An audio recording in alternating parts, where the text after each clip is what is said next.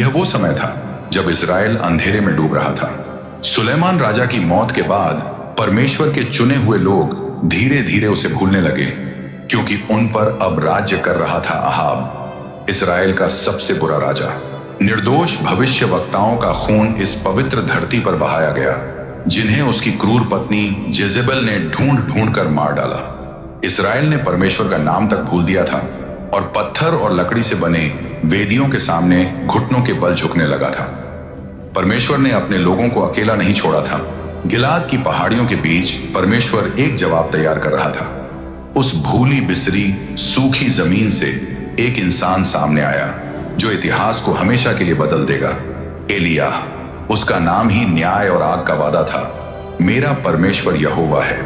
यह कहानी है सबसे सामर्थी नबी की, जिसने आसमान को बंद करने का हुक्म दिया, आग को सीधे स्वर्ग से बुलाया और जिसने मौत का स्वाद कभी नहीं चखा।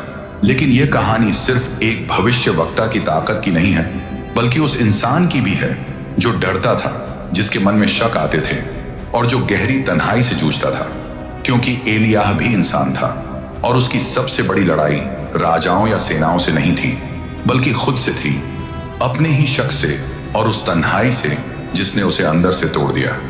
कई सालों तक एलियाह खामोशी में जीता रहा, सूनी पहाड़ियों के बीच छुपकर। वह न तो योद्धा था और न ही कोई याजक। वह ऊंट के बालों से बना साधारण वस्त्र पहनता था। उसके चेहरे पर घनी दाढ़ी थी और उसकी आंखों में एक अजीब सी आग जलती थी। लेकिन एक दिन परमेश्वर ने उसे उसका बुलावा दिखा दिया। इंतजार अब खत्म हो चुका था। एलियाह खड़ा हुआ, पहाड़ियों से नीचे उतरा और सीधा बढ़ चला उस जगह की ओर जहां सबसे ज्यादा बुराई फैली थी, सामरिया। यही वह राजधानी थी जहां राजा अहाब अपनी पत्नी जेजेबेल के साथ राज करता था।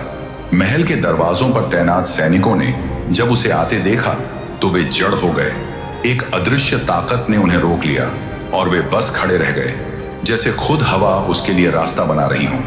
एलियाह राजमहल के गलियारों से होकर चला, न कोई घोषणा, न कोई पहरेदार उसके साथ। हर कदम पर नौकर पीछे हटते गए। महल के बड़े स्तंभ जो राजाओं और दूतों के आगे झुकते आए थे, अब किसी और ही दृश्य के गवाह थे। एक जंगली नबी, न कोई ताज, न कोई तलवार, बस ऐसे आगे बढ़ता हुआ जैसे खुद परमेश्वर ने उसे भेजा हो। और वहां अहाब था, अपने सिंहासन पर बैठा हुआ, चारों ओर सलाहकारों, मूर्तियों और घमंड से घिरा हुआ। अहाब यह अजनबी कौन है, ये सोच भी पाता? उससे पहले ही एलियाह साहस से उसके सामने खड़ा हो गया और उसने वो वचन कहे जिनसे पूरे राज्य की किस्मत बदलने वाली थी। जितना सच है कि परमेश्वर जीवित है, इजराइल का परमेश्वर जिसकी मैं सेवा करता हूं, उतने ही सच यह भी है कि आने वाले कई सालों तक न तो ओस गिरेगी न बारिश होगी, सिवाय उस समय के जब मैं कहूंगा। पूरा महल जैसे सन्नाटे से भर गया। खामोशी ऐसे गिरी जैसे खुद न्याय उतर आया हो। कोई सांस लेने की भी हिम्मत नहीं कर रहा था।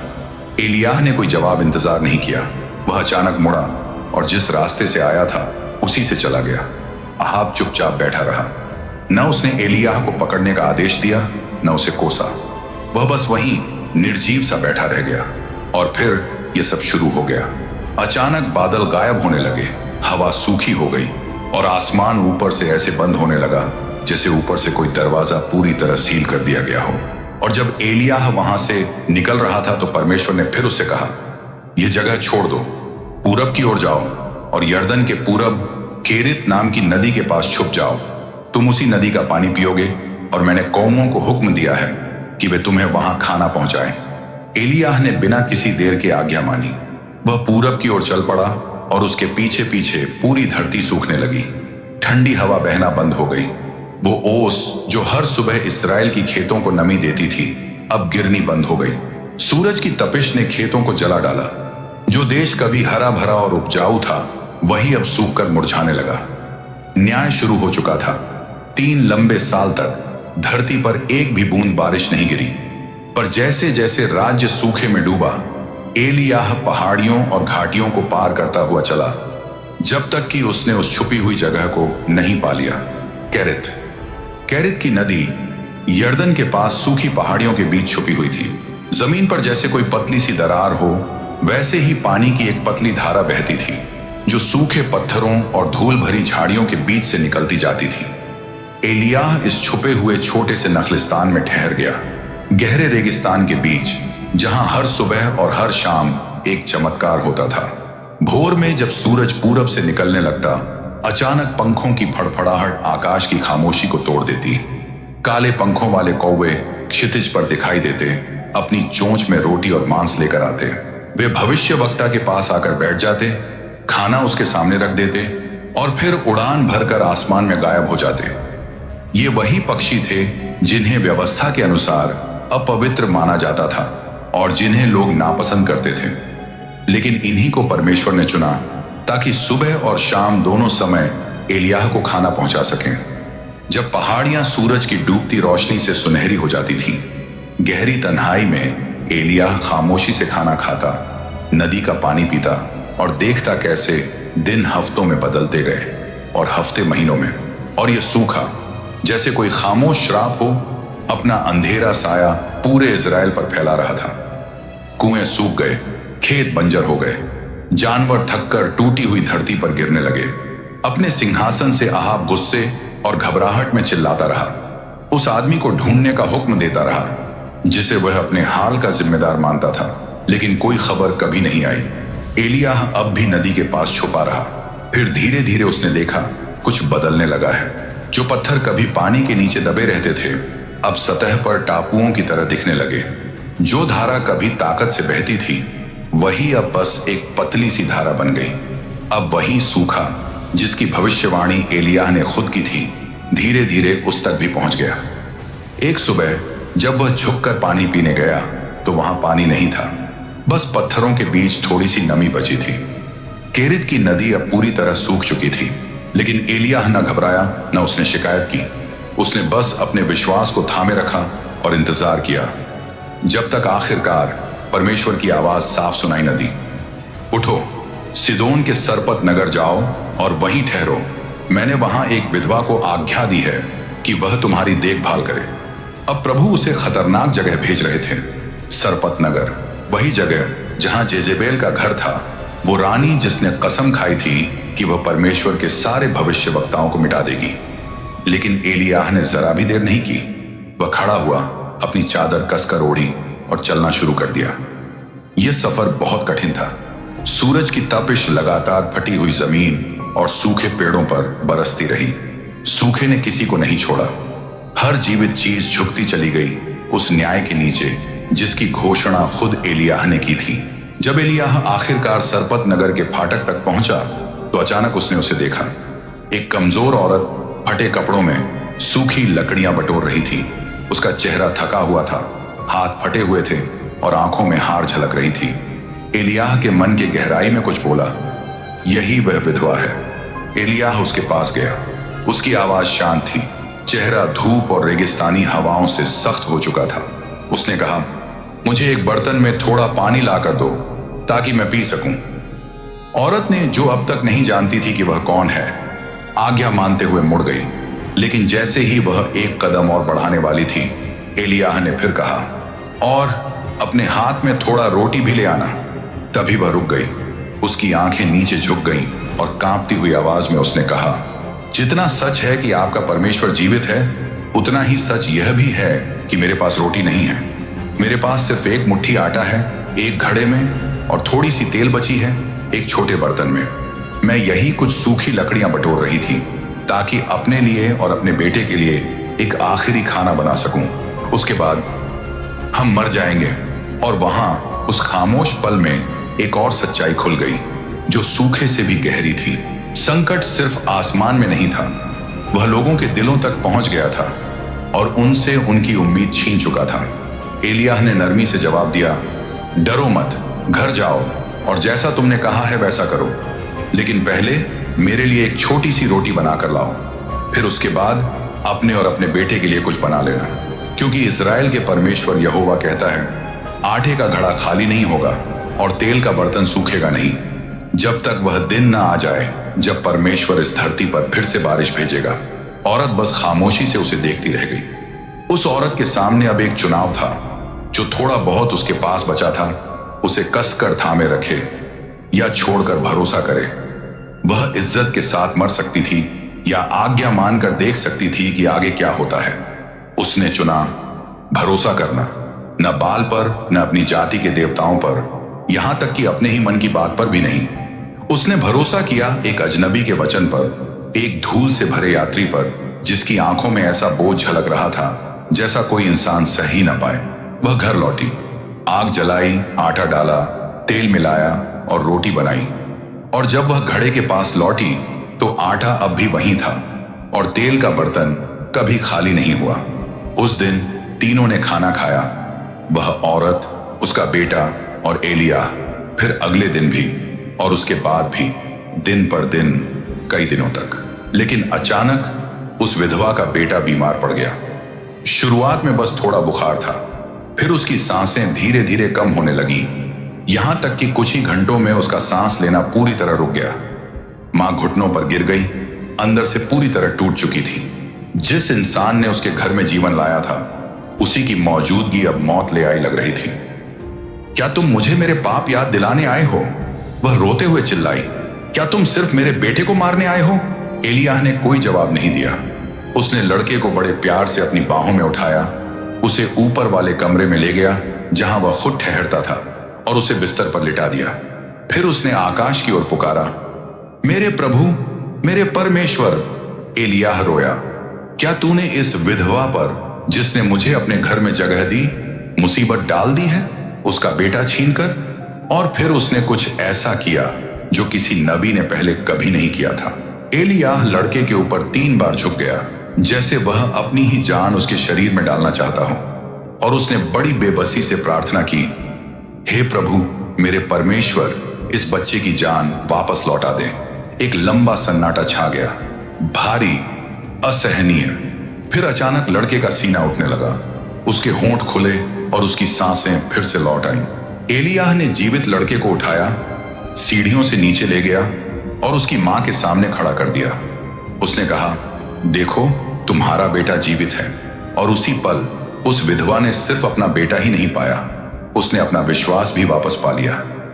आंखों से आंसू बहते हुए उसने कहा, अब मुझे सच में पता चल गया है कि तुम परमेश्वर के आदमी हो और तुम्हारे होंठों से निकले प्रभु के वचन सच्चे हैं। एक ऐसी धरती पर जहां पत्थर और आग से बने देवताओं के लिए वेदी जलती थी, अब सच्चे विश्वास की एक छोटी सी लौ जल उठी थी।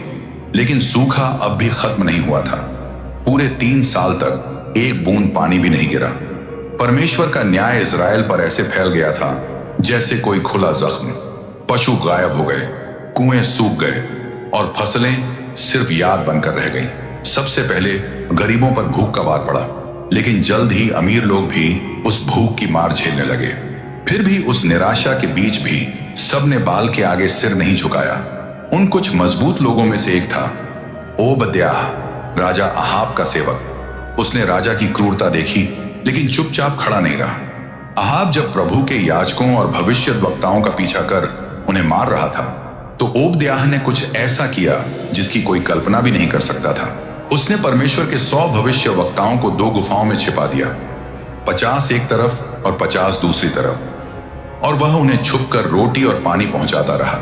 हर एक दिन वह अपनी जान जोखिम में डालता था, सिर्फ इसलिए कि वह अपने परमेश्वर से प्यार करता था। यहां तक कि उसने इसे अहाब से भी छुपाए रखा और राजा का भरोसा भी बनाए रखा। एक सुबह राजा ने ओबद्याह को हुक्म दिया, धरती में घूमो, घास ढूंढो, कोई सोता, कोई नाला जो अभी तक सूखा ना हो। शायद हम अपने घोड़ों और खच्चरों को बचा सकें, शायद कहीं अब भी कुछ जिंदा हो।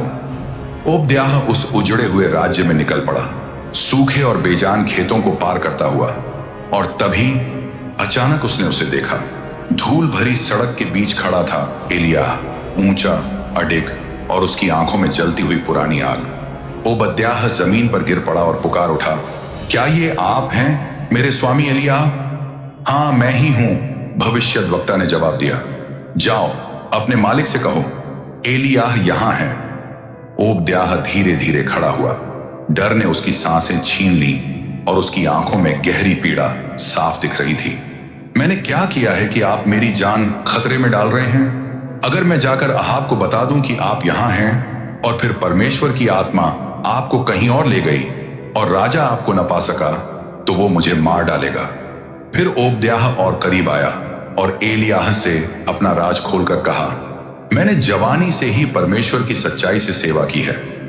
जब ईजेबेल भविष्यद्वक्ताओं को मार रही थी, मैंने 100 भविष्यद्वक्ताओं को 2 गुफाओं में छुपाया, 50 एक में, 50 दूसरी में, और मैंने ही उन्हें रोटी और पानी खिलाया। मैंने अपनी तरफ से सब किया, एलियाह। और अब आप मुझसे ये मांग रहे हैं। लेकिन एलियाह डटा रहा और उसने जवाब दिया, जैसे सेनाओं का परमेश्वर जीवित है, जिसकी मैं सेवा करता हूं, आज मैं अहाब के सामने खड़ा रहूंगा।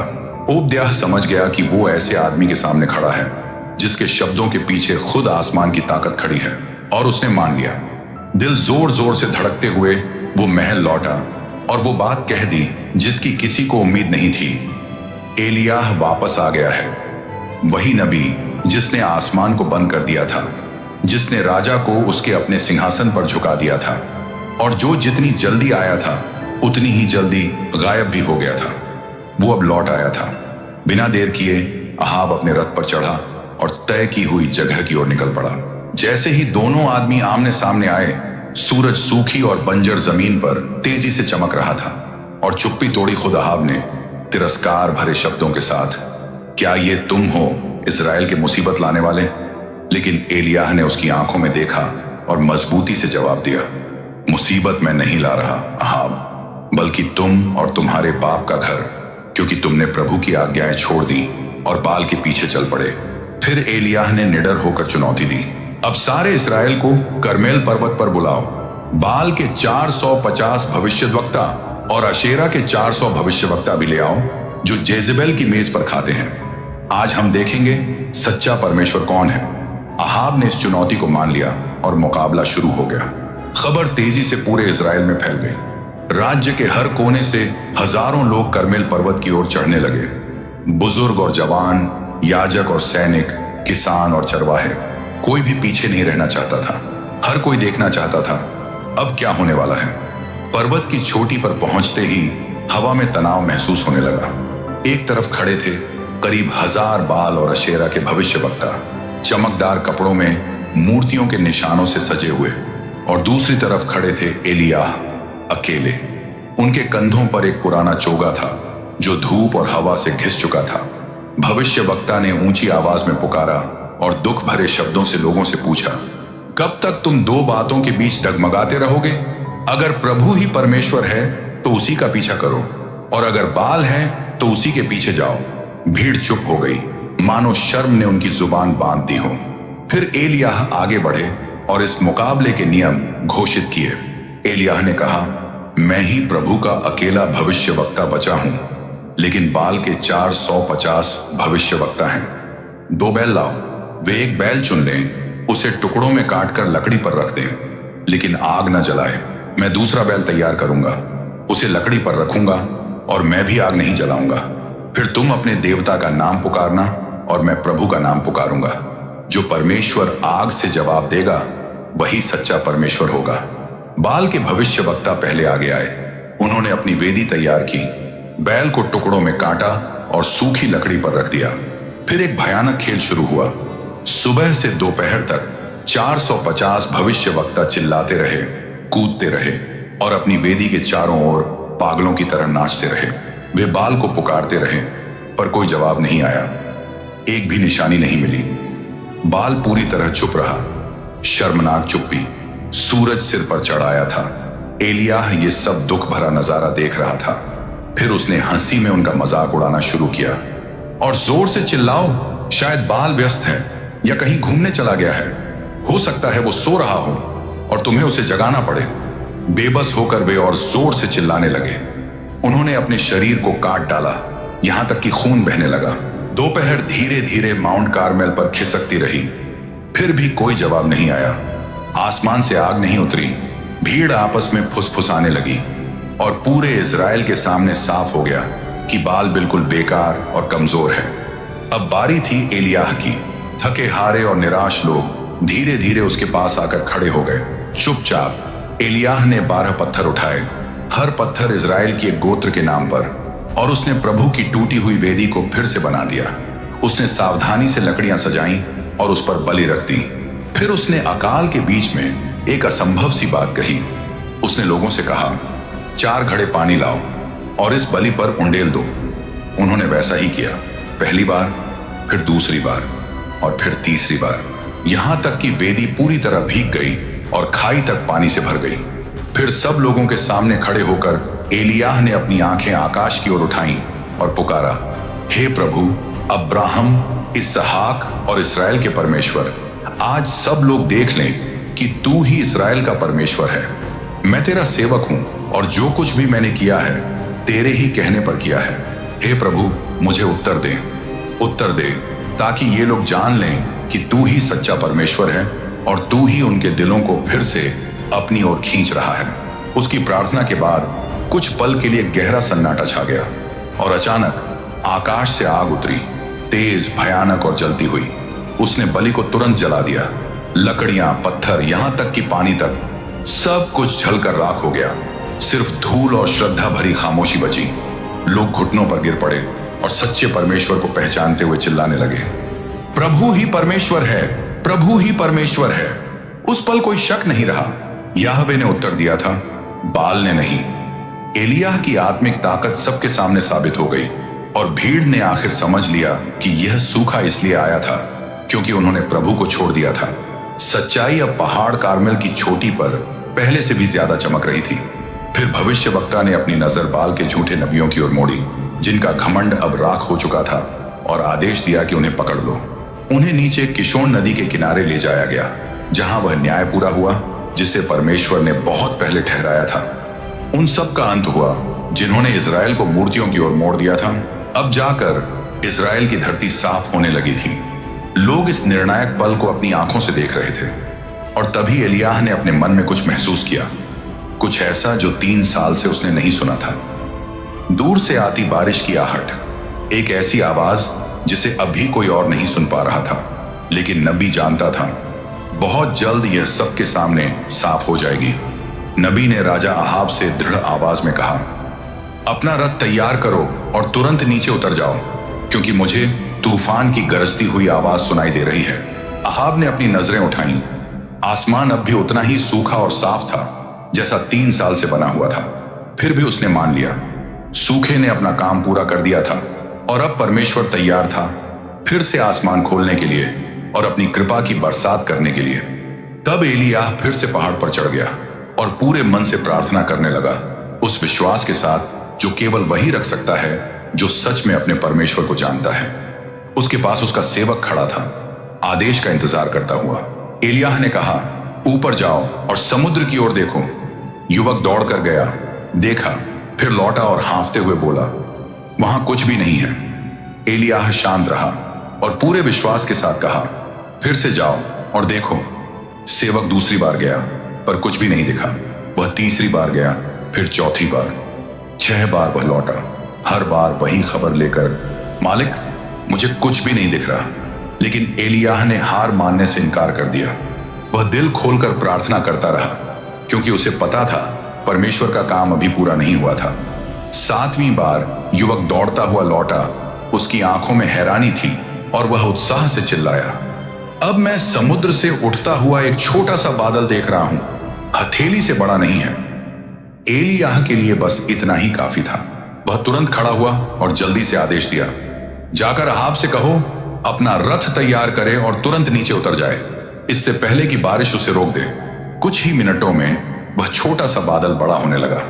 आसमान तेजी से काला हो गया और दूर क्षितिज से तेज हवा चलने लगी। लोगों ने आश्चर्य से अपनी आंखें ऊपर उठाई। 3 लंबे सालों के बाद भारी बूंदें सूखी जमीन पर गिरने लगी। कुछ ही पलों में हल्की फुहार एक तेज बारिश में बदल गई, प्यासे धरती को भिगोती हुई, नई धाराएं बनाती हुई जो सूखी और फटी जमीन से होकर बहने लगी। अहाब तुरंत अपने रथ पर चढ़ा और यिज्रेल की ओर नीचे जाने लगा। अब चारों तरफ सब कुछ भारी बारिश से भर चुका था, लेकिन फिर कुछ असाधारण हुआ। एलियाह पर परमेश्वर का हाथ आ गया। भविष्यवक्ता ने अपना चोगा कमर में कसा और दौड़ने लगा, जैसे कोई साधारण आदमी नहीं बल्कि परमेश्वर की शक्ति से भरा हुआ। राजा की आश्चर्य भरी आंखों के सामने एलियाह घोड़ों से भी तेज दौड़ पड़ा। तूफान के बीच ऐसे भागता हुआ जैसे खुद हवा उसे उठा ले जा रही हो। यह एक अद्भुत दृश्य था जिसने आसमान को बंद किया था अब वही राजा से आगे दौड़ रहा था, साफ दिखाते हुए कि इजराइल पर असली अधिकार किसका है। ना अहाब, ना जेजेबेल, ना बाल, बल्कि यहोवा, जीवित परमेश्वर, जो बारिश और मौसम पर अधिकार रखता है। लेकिन यह बारिश सिर्फ पानी नहीं थी, ये एक गहरी शिक्षा थी। परमेश्वर सुनता है उन लोगों की जो लगातार प्रार्थना करते हैं। उसने एलियाह की पहली प्रार्थना पर जवाब नहीं दिया, ना दूसरी पर, यहां तक कि छठी बार भी नहीं। परमेश्वर ने जवाब तब दिया जब एलियाह विश्वास से प्रार्थना करता रहा, पूरी तरह भरोसा रखकर उस वादे पर जो उसे मिला था। सूखा आखिरकार खत्म हो गया था और लोगों ने वह दया पाई जिसका वे इतने समय से इंतजार कर रहे थे। लेकिन असली लड़ाई अब शुरू होने वाली थी। जब इजराइल पर भरपूर बारिश गिर रही थी, महल के अंदर एक क्रोधित औरत बैठी थी, तैयार, ताकि एलियाह जल्द ही अपने जीवन की सबसे बड़ी परीक्षा का सामना करे। यिज्रेल के महल में जेजेबेल को खबर मिली। एलियाह ने उसके भविष्यवक्ताओं को नीचा दिखाया था, उसके पुजारियों को नष्ट कर दिया था और अब लोग भी उसके खिलाफ मुड़ने लगे थे। उसका चेहरा गुस्से से मरोड़ गया। उसने भविष्यवक्ता के पास एक दूत भेजा जो सिर्फ चेतावनी नहीं बल्कि मौत का संदेश लेकर आया था। देवता, मुझे सख्त सजा दें अगर कल इसी समय तक मैं तेरे साथ वही ना कर दूं जो तूने उनके साथ किया। जब एलियाह ने यह शब्द सुने तो डर ने उसके दिल को जकड़ लिया। इतना गहरा डर जितना उसने पहले कभी महसूस नहीं किया था। वही भविष्यवक्ता जो कार्मेल पर्वत पर सैकड़ों के सामने खड़ा हुआ था, जिसने स्वर्ग से आग बुला ली थी, अब एक औरत के गुस्से से कांप उठा। बिना सोचे, बिना परमेश्वर से पूछे वह भाग गया। वह दक्षिण की ओर भागता चला गया, पीछे छोड़ते हुए वही लोग जो अभी अभी परमेश्वर की ओर लौटना शुरू ही कर रहे थे। पीछे छोड़ते हुए अपना बुलाया हुआ काम। डर से पूरी तरह अंधा हो चुका वह खेतों और पहाड़ों से गुजरता रहा, न कहीं रुका न पीछे मुड़कर देखा, जैसे मौत खुद उसका पीछा कर रही हो। आखिरकार वह जंगल तक पहुंच गया, अकेला और पूरी तरह थका हुआ। वहां एक छोटे झाड़ी जैसे पेड़ की हल्की छांव तले एलियाह जमीन पर गिर पड़ा। आंखों के आंसू अब रोके न रुके और उसने कड़वे दर्द में आकाश की ओर पुकार लगाई, बस हो गया प्रभु, अब मेरी जान ले लो, क्योंकि मैं अपने बाप दादाओं से अच्छा नहीं हूं। ये शब्द उसके मन की गहराई से फूट पड़े। एलियाह, महान भविष्यवक्ता, अब पूरी तरह टूट चुका था। उसकी सारी ताकत, उसका विश्वास, उसका साहस, सब जैसे रेगिस्तान की गर्मी में पिघल गया था। और वहां उस पतली सी छांव तले वो बस यही चाहता था कि हमेशा के लिए अपनी आंखें बंद कर ले। उसे सिर्फ जेजेबेल की धमकी ने नहीं तोड़ा था, बल्कि वह अकेलापन भी जिसे वह अब और सह नहीं पा रहा था। वह भारी बोझ कि वफादार सिर्फ वही अकेला बचा है, और यह गहरा दुख भी कि इतनी मेहनत और संघर्ष के बाद भी कुछ भी बदलता हुआ नजर नहीं आ रहा था। फिर भी वहीं रेगिस्तान की गहराई में, उसके जीवन के सबसे अंधेरे पल में परमेश्वर ने उसे अकेला नहीं छोड़ा। अचानक एक नरम हाथ ने उसे धीरे से छुआ। एलियाह ने थकी हुई आंखें धीरे धीरे खोली और अपने पास एक दूत को देखा जो कोमल लेकिन दृढ़ आवाज में बोला, उठो और खाओ। एलियाह ने चारों ओर देखा और वहां गर्म अंगारों पर पकी हुई रोटी थी और एक घड़ा ताजे पानी का। उसने खाया और पानी पिया, लेकिन उसके दिल का बोझ अब भी बहुत भारी था। फिर वह नींद में डूब गया, उम्मीद करते हुए कि शायद दर्द से थोड़ी राहत मिल जाए। लेकिन दूत फिर से आया, धैर्य और करुणा के साथ उसे छुआ और शांत लेकिन दृढ़ आवाज में बोला, उठो और खाओ, क्योंकि तुम्हें अभी लंबा सफर तय करना है। ये शब्द एलियाह के थके हुए दिल में गहराई तक उतर गए। वह भविष्यवक्ता जो निराशा में भाग गया था, अब परमेश्वर से और भी नजदीकी और गहरी मुलाकात की ओर बढ़ रहा था। वहां उसी पर्वत पर जहां सदियों पहले परमेश्वर ने मूसा से आमने सामने बात की थी, एलियाह कुछ नया जानने वाला था, क्योंकि एलियाह भी इंसान था, पूरी तरह से गहराई तक इंसान।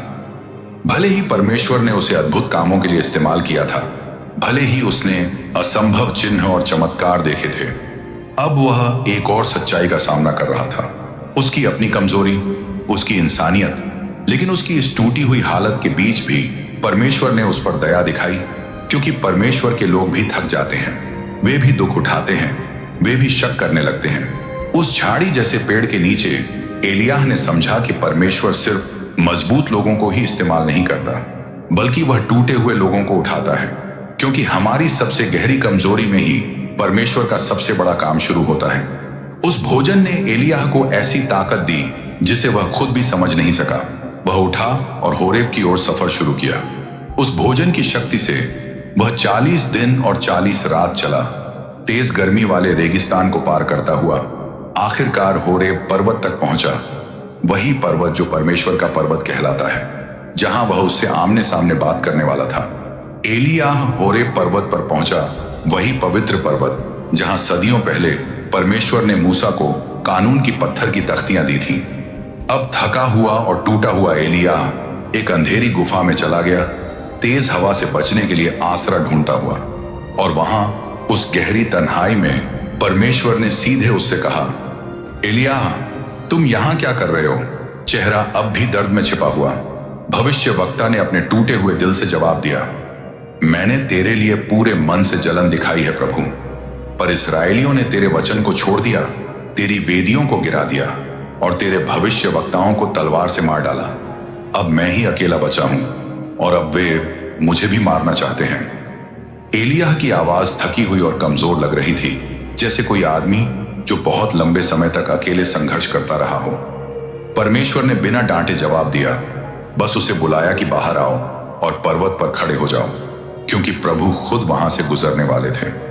अचानक एक तेज आंधी उठी, इतनी शक्तिशाली कि चट्टानें टूटने लगी और पूरा पर्वत हिल गया। एलियाह पत्थरों से लिपटकर खड़ा रहा, लेकिन प्रभु उस आंधी में नहीं थे। फिर एक भूकंप आया, जमीन उसके पैरों तले कांपने लगी, लेकिन प्रभु भूकंप में भी नहीं थे। भूकंप के बाद एक आग भड़की जिसने पूरे पर्वत को जलती हुई लपटों से चमका दिया, लेकिन प्रभु आग में भी नहीं थे। और फिर शांति छा गई, पूरा पर्वत गहरी चुप्पी में लिपट गया। उस सन्नाटे के बीच से कुछ अलग आया, एक धीमी सी फुसफुसाहट, इतनी हल्की कि बस कानों को छू जाए, जैसे नरम हवा चेहरे को सहला रही हो। उस हल्की फुसफुसाहट को सुनकर एलियाह जान गया कि परमेश्वर वहां है। उसने अपना चेहरा चोगे से ढक लिया, धीरे धीरे गुफा से बाहर निकला और द्वार पर खड़ा हो गया। उस नरम फुसफुसाहट में वही शक्तिशाली आवाज थी जिसने सारी सृष्टि बनाई थी, लेकिन अब वही आवाज एक पिता की तरह बोल रही थी जो अपने थके हुए बच्चे को दिलासा देता है। असीम धीरज के साथ परमेश्वर ने फिर पूछा, एलियाह, तुम यहां क्या कर रहे हो? भविष्यवक्ता ने फिर से वही शिकायत दोहराई, लेकिन इस बार उस स्वर्गीय फुसफुसाहट में उसके भीतर कुछ भरने और ठीक होने लगा। परमेश्वर ने न तो उसे डांटा और न ही उसे ठुकराया, बल्कि उसने उसे एक नया काम दिया। उसने साफ और अधिकार से कहा, जिस रास्ते से आए हो उसी रास्ते लौट जाओ। तुम हजाएल को सीरिया का राजा अभिषेक करोगे, यहू को इस्राएल का राजा और एलीशा को तुम्हारी जगह भविष्यवक्ता के रूप में। फिर परमेश्वर ने उसे और गहरी बात दिखाई, कुछ ऐसा जो एलियाह ने पहले कभी नहीं जाना था। मैंने इस्राएल में 7,000 लोगों को बचा कर रखा है, 7,000 जिन्होंने न तो बाल के आगे घुटने टेके और न ही उसकी मूर्तियों को चूमा। इन शब्दों को सुनते ही एलियाह का दिल फिर से मजबूत धड़कने लगा। वह अकेला नहीं था, वह कभी अकेला था ही नहीं। परमेश्वर ने एक वफादार लोगों को बचा कर रखा था, छिपाए हुए, सुरक्षित रखे हुए, सही समय आने तक इंतजार करते हुए। उनकी सेवा, उनका बुलावा व्यर्थ नहीं गया था। एलियाह होरेब पर्वत से नीचे उतरा, एक नए दिल और साफ उद्देश्य के साथ। वह अब वही आदमी नहीं था जिसने झाड़ी जैसे पेड़ के नीचे मौत मांगी थी। अब वह स्थिर कदमों से चल रहा था, यह समझते हुए कि उसकी कहानी अभी खत्म नहीं हुई है, और यह भी कि वह इसे अकेले खत्म नहीं करेगा। परमेश्वर ने उसे साफ निर्देश दिए थे, किसका अभिषेक करना है, किसे तैयार करना है। उन नामों में से एक नाम खास मकसद के साथ चमक उठा, एलीशा, शाफात का बेटा। और इस तरह वह उन खेतों में पहुंचा जहां एलीशा अपने हाथों से काम कर रहा था। एलीशा न तो कोई पुजारी था और न ही नबी, वह एक किसान था। वह 12 जोड़ी बैलों से खेत जोत रहा था और 12वें को खुद चला रहा था। उसके हाथ मेहनत से कठोर हो गए थे, उसका चोगा धूल से ढका था, उसकी पीठ रोज की मेहनत से झुक गई थी, लेकिन परमेश्वर ने उसे देख लिया था। एलियाह चुपचाप उसके पास आया, अपना चोगा उतारा और एलीशा के ऊपर डाल दिया। यह छोटा सा काम बहुत कुछ कह रहा था। यह परमेश्वर की बुलाहट का साफ चिन्ह था, पवित्र जिम्मेदारी का सौंपा जाना और एक नई मंजिल की शुरुआत। एलीशा रुक गया। उसने अपने कंधों पर रखे चोगे का बोझ महसूस किया और तुरंत समझ गया कि इसका क्या मतलब है। उसी पल उसे एहसास हो गया कि उसकी जिंदगी हमेशा के लिए बदल गई है। वह एलियाह के पीछे दौड़ा और विनती करते हुए बोला, मुझे अपने माँ बाप को आखिरी बार गले लगाने दो, फिर मैं तेरे पीछे आऊंगा। एलियाह ने बिना दबाव डाले शांत स्वर में जवाब दिया, जाओ फिर, क्या तुम नहीं समझते कि मैंने तुम्हारे साथ क्या किया है? फिर कुछ बड़ा हुआ। एलीशा वापस खेतों में गया, लेकिन रहने के लिए नहीं। उसने उन बैलों को ले लिया जिनसे वह खेत जोत रहा था और उन्हें बलि कर दिया। फिर उसने हल, लकड़ी और अपने काम के सारे औजार लिए और उन्हें आग के हवाले कर दिया। उस अस्थाई वेदी पर उसने मांस पकाया और अपने गांव के लोगों के साथ बांटकर खाया। उसने अपना अतीत जला दिया, पीछे लौटने के लिए कुछ नहीं छोड़ा, अपने लिए कोई बहाना नहीं रखा, कोई सुरक्षित रास्ता नहीं छोड़ा। सब कुछ छोड़कर वह एलियाह के पीछे चल पड़ा और उस दिन से एलीशा उसका सेवक बन गया। साल बीत गए। कारमेल पर्वत पर आग गिरने के बाद और इस्राएल के लोग मानो वह चेतावनी भूल गए। इस्राएल फिर से अपने पुराने कामों में लौट गया और अहाब, हालांकि उसने परमेश्वर की शक्ति अपनी आंखों से देखी थी, फिर भी ऐसे राज करता रहा जैसे कुछ भी बदला ही ना हो। वह एक कमजोर राजा बना रहा जिसे एक निर्दयी औरत जेजेबेल चला रही थी। समारिया में अहाब के पास सब कुछ था जो किसी राजा के पास हो सकता था, महल, बाग, सोना, नौकर। फिर भी उसके दिल के अंदर वह और ज्यादा चाहता था। उसके महल के पास नाबोत नाम का एक धर्मी आदमी रहता था। उसका दाख की बारी न तो बड़ी थी न ही शाही ठाठ वाली, लेकिन वह उसके बाप दादाओं की निशानी थी। अहाब का दिल उसी दिन से उसे चाहता था जिस दिन उसने उसे देखा। वह नाबोत के पास गया, चेहरे पर नकली मुस्कान लिए और उसे पैसे या उससे भी अच्छी दाख की बारी देने की पेशकश की, लेकिन नाबोत ने सख्ती से मना कर दिया और बोला, यहोवा न करे कि मैं अपने बाप दादाओं की निशानी तुझे दे दूं। अहाब महल लौटा एक बिगड़े हुए बच्चे की तरह। वह अपने बिस्तर पर लेट गया, चेहरा दीवार की ओर कर लिया और खाने से इनकार कर दिया। उसकी लालच ने उसके अभिमान को चोट पहुंचाई थी और उसकी कमजोरी ने उसे कड़वाहट से भर दिया। जब जेजबेल ने उसकी हालत देखी तो उसने ताना मारते हुए कहा, क्या तुम इस्राएल के राजा हो या नहीं? उठो, खाओ और खुश हो जाओ। नाबोत की दाख की बारी मैं तुम्हें दिलाऊंगी। और उसने ऐसा ही किया। ठंडी निर्दयता के साथ उसने राजा के नाम से खत लिखे, उन्हें उसके शाही मुहर से सील किया, एक उपवास का ऐलान किया और नाबोत को इज्जत की जगह पर बैठाया। लेकिन उसके बगल में दो दुष्ट आदमी बैठ गए और सबके सामने नाबोत पर झूठा इल्जाम लगाया। नाबोत ने परमेश्वर और राजा को शाप दिया है। बिना किसी सुनवाई या बचाव के नाबोत को नगर से बाहर घसीट लिया गया और पत्थरों से मारकर उसकी जान ले ली गई। उसका अपराध क्या था?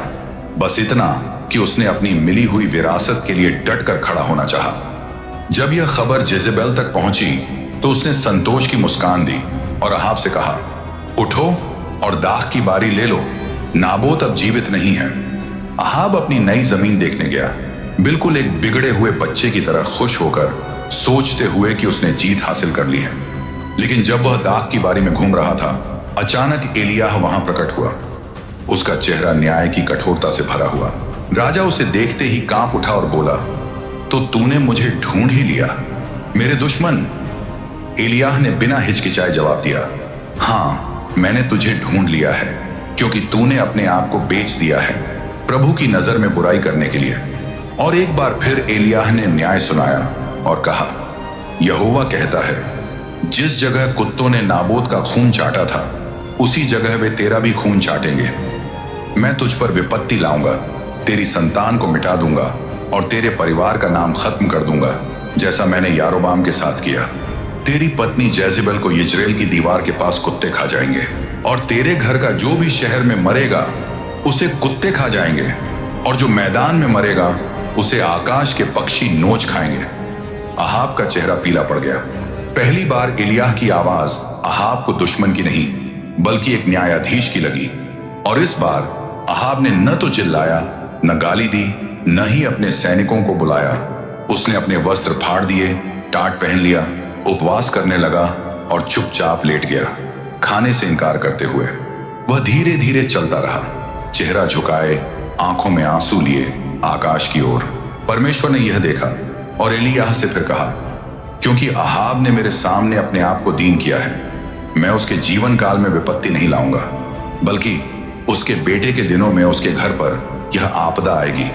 अहाब को चेतावनी दी जा चुकी थी। उसने उस मूर्ति पूजा और भ्रष्टाचार की भारी कीमत चुकाई जो उसने पूरे इस्राएल में बोया था। लेकिन साल बीत गए और अहाब ने सोचा कि शायद परमेश्वर उसका न्याय भूल गया है। वह गलत था। उसने तय किया कि वह सीरिया से रामोत गिलाद नगर को छीनने के लिए युद्ध करेगा। हालांकि एलिय्याह ने उसे चेतावनी दी थी कि वह जरूर मरेगा, फिर भी अहाब ने परमेश्वर की आवाज अनसुनी कर दी। उसने भेष बदल लिया, सोचते हुए कि वह किस्मत को भी धोखा दे सकता है। लेकिन एक तीर जो यूं ही चलाया गया था उसके कवच की सबसे कमजोर जगह से होकर गुजरा और उसे मार गया। युद्ध चलता रहा और अहाब अपने रथ में चुपचाप पड़ा रहा। खून बहता रहा, यहां तक कि सूर्यास्त के समय उसकी मृत्यु हो गई। और जब उसका रथ धोया गया तो कुत्तों ने उसका खून चाटा, बिल्कुल वैसे ही जैसे एलिय्याह ने भविष्यवाणी की थी। इस तरह अहाब की मौत हुई, जो इस्राएल का सबसे बुरा राजा था, और उसकी जगह उसका बेटा अहज्याह राजा बना। ज्यादा समय नहीं बीता कि अहज्याह ने भी वही भ्रष्ट रास्ता पकड़ लिया जो उसके माँ बाप ने बनाया था। एक दिन अहज्याह समारिया के अपने महल की ऊपरी खिड़की से जाली के बीच से गिर गया। वह बुरी तरह घायल हो गया और बिस्तर पर पड़ा रहने लगा। फिर उस जवान राजा ने एक फैसला किया जिसने उसकी किस्मत तय कर दी। इजराइल के परमेश्वर को पुकारने के बजाय उसने दूतों को एग्रोन भेजा, एक पलिश्ती नगर जहां वे बाल जेबूब से सलाह लें, जो मक्खियों और बीमारियों का झूठा देवता माना जाता था। लेकिन परमेश्वर ने यह देखा और एलिय्याह को आदेश दिया, उठो और समारिया के राजा के दूतों को रास्ते में ही रोक लो और उनसे कहो, क्या इजराइल में परमेश्वर नहीं है जो तुम एक्रोन के देवता बाल जेबूब से सलाह लेने जा रहे हो? इसलिए यहोवा कहता है, जिस बिस्तर पर तुम पड़े हो उससे उठ नहीं पाओगे, बल्कि जरूर मरोगे। एलिय्याह ने आदेश मान लिया और यह संदेश जल्दी ही महल तक पहुंच गया। हैरान होकर अहज्याह ने उनसे पूछा, वह कैसा आदमी था जो तुमसे मिलने आया? उन्होंने जवाब दिया, वह एक आदमी था जिसने बालों का वस्त्र पहना हुआ था और कमर में चमड़े की पेटी बांधी हुई थी। और अहज्याह तुरंत समझ गया, वह एलिय्याह तिशबी था। राजा का गुस्सा भड़क उठा और उसने 50 सिपाहियों के साथ एक सरदार को एलिय्याह को पकड़ने भेजा। उन्होंने भविष्यवक्ता को एक पहाड़ी पर शांत बैठा हुआ पाया और सरदार ने घमंडी आवाज में चिल्लाया, हे परमेश्वर के जन, राजा तुझे हुक्म देता है, नीचे उतर आ। लेकिन एलिय्याह ने शांत स्वर में उत्तर दिया, अगर मैं सच में परमेश्वर का जन हूं तो आकाश से आग उतरे और तुझे और तेरे 50 सिपाहियों को भस्म कर दे। और वैसा ही हुआ। आकाश फटने जैसी आवाज आई, लपटें गिरी और सरदार व उसके सिपाही तुरंत भस्म हो गए। उनकी चीखें मिट गईं, बस राख रह गई। अहज्याह ने अपनी जिद और बगावत में अंधा होकर एक और सरदार को 50 सिपाहियों के साथ भेजा। नतीजा वही हुआ, आग, न्याय, मौत। लेकिन तीसरा सरदार अलग था। वह न आदेश लेकर आया न धमकी देकर। वह घुटनों पर गिर पड़ा, अपने हाथ उठाए और विनती करने लगा, हे परमेश्वर के जन, मैं तुझसे विनती करता हूं, कृपया मेरी जान और तेरे इन 50 सेवकों की जान तेरी दृष्टि में कीमती समझी जाए। और इस बार परमेश्वर की आवाज एलिय्याह से बोली, उसके साथ नीचे जा, मत डर। एलिय्याह उठा और तीसरे सरदार के साथ महल की ओर चला गया। एलिय्याह अहज्याह के बिस्तर के पास खड़ा हुआ और वही बात दोहराई जो पहले ही कही जा चुकी थी। यहोवा कहता है, क्योंकि तूने दूतों को एग्रोन के देवता बाल जेबूब से पूछने भेजा, जैसे इजराइल में कोई परमेश्वर ही ना हो, इसलिए जिस बिस्तर पर तू लेटा है उससे उठ नहीं पाएगा, तू जरूर मरेगा। और वैसा ही हुआ। अहज्याह मर गया, जैसा यहोवा का वचन उसके नबी के मुंह से निकला था। उसके साथ ही अहाब की वंश की एक और कड़ी परमेश्वर के न्याय के पूरे बोझ तले टूट गई। अहज्याह की मौत ने एक पीढ़ी का अंत कर दिया। उसने अपने सिंहासन पर बैठने के लिए कोई बेटा नहीं छोड़ा और अहाब का घर भीतर से टूटी हुई दीवार की तरह ढहने लगा। फिर भी जब महल की दीवारों के भीतर न्याय हो रहा था, सड़कों पर कुछ पवित्र हलचल उठ रही थी, क्योंकि अब एलिय्याह खुद तैयार हो रहा था, मृत्यु की ओर नहीं बल्कि अनंतता की ओर जाने के लिए। एलियाह जानता था कि अंत आ गया है। उसकी आत्मा, जो बरसों से परमेश्वर की आवाज सुनने की आदत डाल चुकी थी, पूरी स्पष्टता से यह महसूस कर रही थी। उसका धरती पर समय पूरा हो चुका था, लेकिन उसकी विदाई न तो चुपचाप होने वाली थी और न ही वह इसे अकेले झेलेगा। गिलगाल से एलियाह ने अपना आखिरी सफर शुरू किया। उस सुबह एलियाह जल्दी उठ गया।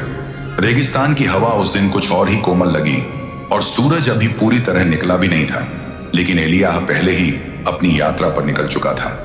उसके साथ चल रहा था एलीशा, उसका चेला, उसका उत्तराधिकारी, वह जवान जिसने सब कुछ छोड़ दिया था सिर्फ उसे पीछा करने के लिए, और उस दिन से कभी एक भी दिन उसके पास से अलग नहीं हुआ। हर जगह रुकते समय एलियाह एलीशा के दिल की परीक्षा ले रहा था। जब वे वादा किए हुए देश के द्वार तक पहुंचे तो एलियाह ने उससे कहा, यहीं ठहर जा एलीशा, क्योंकि यहोवा ने मुझे बेतेल तक भेजा है। लेकिन एलीशा बिना झिझके बोला, जैसा यहोवा जीवित है और जैसा तू खुद जीवित है, मैं तुझे कभी नहीं छोड़ूंगा। और वे दोनों साथ चलते रहे। बेतेल पहुंचने पर नबियों का एक समूह उनसे मिलने बाहर आया। उन्होंने एलीशा को अलग ले जाकर धीरे से पूछा, क्या तुझे मालूम है कि आज यहोवा तेरे गुरु को तुझसे अलग करने वाला है? एलीशा ने बस सिर हिलाया और कहा, हाँ मुझे पता है, चुप रहो। वे आगे बढ़े और एक बार फिर एलियाह ने उससे कहा, यहीं ठहर जा, क्योंकि अब यहोवा ने मुझे यरीहो भेजा है। लेकिन एलीशा का जवाब नहीं बदला। उसने उसके पास से अलग होने से साफ इनकार कर दिया। इस तरह वे यरीहो पहुंचे, वह नगर जो पुराने चमत्कारों और टूटी हुई दीवारों के लिए जाना जाता था। यहां भी नबियों का एक समूह एलीशा के पास आया और वही गंभीर चेतावनी दोहराई। एलीशा ने दुख से भरी चुप्पी में फिर वही उत्तर दिया, हाँ मुझे पता है, चुप रहो। आखिरकार वे यर्दन पहुंचे, वह पवित्र नदी। ये वही सीमा थी जो इंसानी जीवन और परमेश्वर की उपस्थिति के बीच खड़ी थी। 50 नबी दूर खड़े होकर देख रहे थे, उस पल के गवाह जो अनंतता के लिए लिखा जा चुका था। फिर एलियाह ने अपना चोगा लिया, उसे मोड़ा और पानी पर मारा। तुरंत पानी फटकर अलग हो गया, ठीक वैसे ही जैसे मूसा के दिनों में हुआ था। धाराएं पीछे हट गईं, बाएं और दाएं बढ़ गईं और दोनों के लिए सूखी राह बन गई ताकि वे सुरक्षित पार कर सकें। उसी समय एलियाह रुक गया। वह जानता था उसकी यात्रा अब अपने अंत तक पहुंच चुकी है, फिर भी वह अपना विरासत दिए बिना नहीं जा सकता था। उसने एलीशा की ओर देखा और गंभीरता से कहा, मुझसे कहो मैं तुम्हारे लिए क्या करूं, इससे पहले कि मैं तुमसे अलग किया जाऊं। एलीशा ने बिना झिझक निडर होकर असंभव मांग ली, तेरी आत्मा का दोहरा भाग मुझे मिल जाए। एलियाह ने उसे ध्यान से देखा, ये जानते हुए कि इस मांग में साहस है, विश्वास है और एक भारी जिम्मेदारी भी। उसने उत्तर दिया, तूने कठिन बात मांगी है, फिर भी अगर तू मुझे उस समय देखेगा जब मैं तुझसे अलग किया जाऊं तो यह तुझे मिल जाएगा। वे दोनों साथ साथ चुपचाप चलते रहे और सूरज ढलने को था। तभी अचानक आसमान खुल गया। ऊपर से अचानक बवंडर उठा, रेत पागलों की तरह घूमने लगी, हवाएं अलौकिक ताकत से गरजने लगी और तभी कुछ अद्भुत दिखाई दिया। आग का रथ जलते हुए घोड़ों से खींचा जा रहा था, जो आसमान से जलती हुई बिजली की तरह उतर रहा था। तेज झोंकों के साथ उस बवंडर ने एलियाह को उठा लिया, आग में लपेटा गया, महिमा में समाया हुआ। एलीशा ने बेटे की पीड़ा के साथ पुकार लगाई, पर वहां अब कोई न था। एलियाह स्वर्ग में उठा लिया गया, बिना मृत्यु का स्वाद चखे। उसका चोगा धीरे धीरे धरती पर गिरा और जमीन को कोमलता से छू गया। एलीशा ने कांपते हाथों से उसे उठाया और उसी पल हमेशा के लिए बदल गया। यह एक गवाही थी, एक निशानी थी कि वही आत्मा जिसने कभी आग जैसे नबी को सामर्थ्य दी थी, अब एलीशा पर ठहर गई थी। वह यर्दन लौटा, वही नदी जिसे वे दोनों पहले पार कर चुके थे। उसने अपने गुरु का चोगा लेकर पानी पर मारा और पुकारा, अब कहां है एलियाह का परमेश्वर यहोवा? और फिर वही हुआ, यर्दन फटकर अलग हो गया। देखते ही नबी झुककर आदर में खड़े हो गए। अब वे एलीशा को केवल सेवक नहीं मानते थे, क्योंकि अब एलियाह की आत्मा उस पर ठहर गई थी।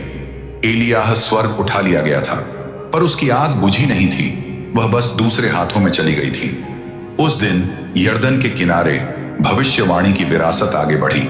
एलियाह भले ही चला गया था, पर उसका वचन अब भी जीवित था। परमेश्वर ने अहाब के घराने पर न्याय का वादा नहीं भुलाया था, न ही नाबोत के अंगूर के बाग में बहाए गए निर्दोष खून को। और अब एलीशा के दिनों में वह वादा ताकत के साथ उठने वाला था। न्याय पहले ही रास्ते पर था और सही समय आते ही परमेश्वर ने यहू को उठाया, इस्राएल की सेना का एक सेनापति, एक उग्र योद्धा, दृढ़, निश्चयी, निडर। फिर यहोवा ने एलीशा के द्वारा साफ निर्देश दिए। उसने एक जवान भविष्यवक्ता को भेजा जो वहां गया जहां यहू अपनी सेना के साथ ठहरा हुआ था। उस नबी ने तेल लेकर यहू के सिर पर डाला और घोषणा की, याहवे इस्राएल के परमेश्वर का वचन यह है, मैं तुझे अपने लोगों इस्राएल पर राजा ठहराता हूं। तू अहाब के घराने को नाश करेगा, मेरे दासों नबियों का खून और सब निर्दोषों का खून का बदला लेगा। अहाब का पूरा घराना मिट जाएगा, एक भी पुरुष जीवित नहीं बचेगा। जहां तक जेजेबेल की बात है, कुत्ते उसके शरीर को यिज्रेल में खा जाएंगे और उसे दफनाने वाला कोई न होगा। यहू अभी कुछ कह भी ना पाया था कि वह जवान नबी हवा की तरह गायब हो गया, जैसे कोई परछाई अंधेरे में खो जाए। यहू बाहर निकला, उसके सिर से तेल टपक रहा था और उसकी आंखों में आग जल रही थी। उसके साथ ही उसे टकटकी लगाए देख रहे थे। उन्होंने पूछा, उस पागल आदमी ने क्या कहा? क्या संदेश लाया था? शुरू में यहू रुका, लेकिन फिर उनकी आंखों में देखते हुए दृढ़ और साहस से बोला, उसने मुझे इस्राएल पर राजा ठहराया है। ये सुनते ही सब लोग उठ खड़े हुए। हर एक ने अपने कपड़े यहू के पैरों के नीचे बिछा दिए, ये दिखाने के लिए कि वे उसकी अधीनता मानते हैं। उन्होंने तुरहियां फूंकी और ऊंची आवाज में पुकारे, यहू राजा है। उसी पल क्रांति शुरू हो गई। अचानक यहू अपने रथ पर चढ़ा और आंधी की तरह यिज्रेल की ओर दौड़ पड़ा। सबसे पहले वह नाबोत के खेत पर पहुंचा, वही जमीन जिसे जेजेबेल ने छीन लिया था। उस धर्मी मनुष्य की हत्या कर ताकि उसे अपने पति अहाब को दे सके। वहीं पर उसे योराम मिला, अहाब का दूसरा बेटा और अब इस्राएल का राजा, और उसके साथ था अहज्याह, यहूदा का राजा, जो उस समय उससे मिलने आया था। बिना जरा भी देर किए यहू ने अपना धनुष खींचा और सीधा एक तीर योराम के दिल में उतार दिया, कहते हुए, यही नाबोत की जमीन पर याहवे तुझे बदला देता है। राजा का शरीर उसी जगह गिर पड़ा जहां नाबोत की हत्या हुई थी। अहज्याह भागने की कोशिश करता है पर ज्यादा दूर नहीं जा पाता। यहू के सैनिकों ने उसे मार गिराया और वह मगिद्दो में गिर पड़ा। भविष्यवाणी एक एक बात पूरी हो गई, पर न्याय अभी खत्म नहीं हुआ था। एक नाम अब भी बाकी था, जेजेबेल। रानी यिज्रेल के महल में थी और जैसे ही उसने सुना कि यहू आ रहा है तो उसने खुद को तैयार किया। उसने अपनी आंखों में सिंगार किया, बाल सवारे और खिड़की से बाहर झांकते हुए यहू को आते देखा। क्या तू शांति से आया है जिमरी, अपने स्वामी का कातिल? वह महल की खिड़की से चिल्लाई, मजाक उड़ाते हुए। यहू ने ऊपर देखा और नीचे खड़े लोगों से पुकारा, कौन है जो मेरे साथ खड़ा होगा? 2-3 अधिकारी खिड़की पर आ गए। यहू ने उन्हें हुक्म दिया, इसे नीचे गिरा दो, फेंक दो इसे, और उन्होंने उसे खिड़की से धक्का दे दिया। जज़बेल का शरीर ऊपर से गिरा, जमीन पर बुरी तरह टकराया।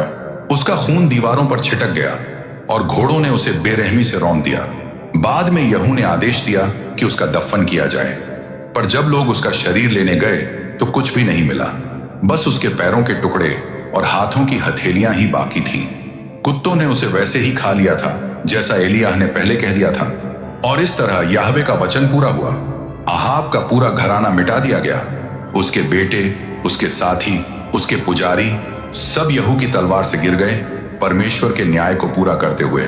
लेकिन यहू यही नहीं रुका। एक एक कर अहाब की सारी औलाद को मार डाला गया। सब 70 वंशजों के सिर काट दिए गए। फिर नौकर, सलाहकार, झूठे भविष्यद्वक्ता और सामरिया के सिंहासन से जुड़े सब लोग। सिर्फ एक ही अभियान में यहू ने अहाब का पूरा घराना मिटा दिया। परमेश्वर के न्याय का हर एक वचन बिना किसी कमी के पूरा हुआ। भविष्य वक्ताओं का खून आखिरकार बदला गया और एलियाह की विरासत स्वर्ग में उठाए जाने के बाद भी अब भी धरती पर आग की तरह जलती रही, क्योंकि भले ही एलियाह का शरीर अब धरती पर नहीं था, उसकी आत्मा गायब नहीं हुई थी। और सदियों बाद एक नई भविष्यवाणी उठी, आखिरी भविष्यवक्ता मलाकी के होठों से। देखो, प्रभु का बड़ा और भयानक दिन आने से पहले मैं तुम्हारे पास एलियाह भविष्यवक्ता को भेजूंगा। वह माता पिता के दिल उनके बच्चों की ओर करेगा और बच्चों के दिल उनके माता पिता की ओर। नहीं तो मैं आऊंगा और पूरी भूमि को नाश कर दूंगा। वह पुराने समय वाले एलियाह की बात नहीं कर रहा था, बल्कि उस एलियाह की जो आगे आने वाला था। एक भविष्यवाणी आत्मा जो फिर से सोए हुए दिलों को जगाएगी, लापरवाही के बीच सच की पुकार उठाएगी और न्याय और बहाली के लिए रास्ता तैयार करेगी। यह अंत से पहले की घोषणा थी। एलियाह प्रभु के उस महिमा और भय से भरे दिन से पहले फिर आएगा। उसकी जैसी आवाज, उसकी जैसी बुलाहट दुनिया में फिर गूंजेगी। यह सिर्फ एक वादा नहीं था, यह एक चेतावनी थी। इसका मतलब है कि एलियाह की कहानी, वह भविष्य वक्ता जो कभी नहीं मरा, अभी खत्म नहीं हुई। पवित्र शास्त्र के अनुसार वह फिर आएगा, और जब वह आएगा तो दुनिया को तैयार रहना होगा। एलियाह से हम ये सीखते हैं कि परमेश्वर हमारे साथ चलता है, और जब हम टूट जाते हैं तो वही हमें उठाता है। हम सीखते हैं कि सबसे बहादुर भी कभी गिरते हैं, कि सबसे वफादार सेवक भी कभी डर महसूस करते हैं, और यह कि नबी भी अकेलापन, खालीपन और टूटन के करीब पहुंच सकते हैं। और अब यह कहानी सीधे तुम्हें पुकार रही है। हाँ, तुम्हें। शायद तुम भी शक, डर या गहरी थकान के रास्ते से गुजरे हो। क्या कभी तुम्हें लगा है कि यह लड़ाई अब और नहीं लड़ी जा सकती, कि तुम अकेले हो, कि तुम्हारे आसपास की दुनिया ने परमेश्वर को भुला दिया है? शायद तुमने भी एलियाह की तरह झाड़ी के नीचे छिपकर सब छोड़ देने की इच्छा महसूस की हो। ध्यान से सुनो, परमेश्वर ने अभी तुम्हारे साथ अपना काम पूरा नहीं किया है। जब एलियाह थक चुका था और उसमें कोई ताकत नहीं बची थी, तब भी परमेश्वर ने उसे छोड़ा नहीं, और न ही उसने उसे डांटा कि वह गिर गया, बल्कि उसने उसे खाना दिया, उसे छुआ और उसकी ताकत को फिर से बढ़ाया। और उसके बाद परमेश्वर ने उससे दोबारा बात की।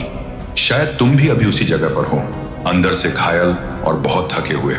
आज परमेश्वर तुम्हें बुला रहा है, क्योंकि अगर एलियाह की कहानी से एक बात साफ समझ आती है तो वह यह है कि परमेश्वर परफेक्ट लोगों को नहीं चुनता।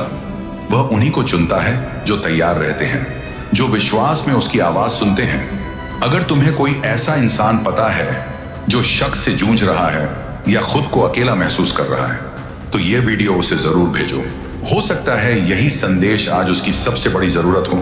अगर यह वीडियो तुम्हारे दिल को छू गया हो तो इसे लाइक करो और चैनल को सब्सक्राइब करना मत भूलना, ताकि तुम आगे आने वाली और जिंदगी बदल देने वाली बाइबल की कहानियां मिस न करो।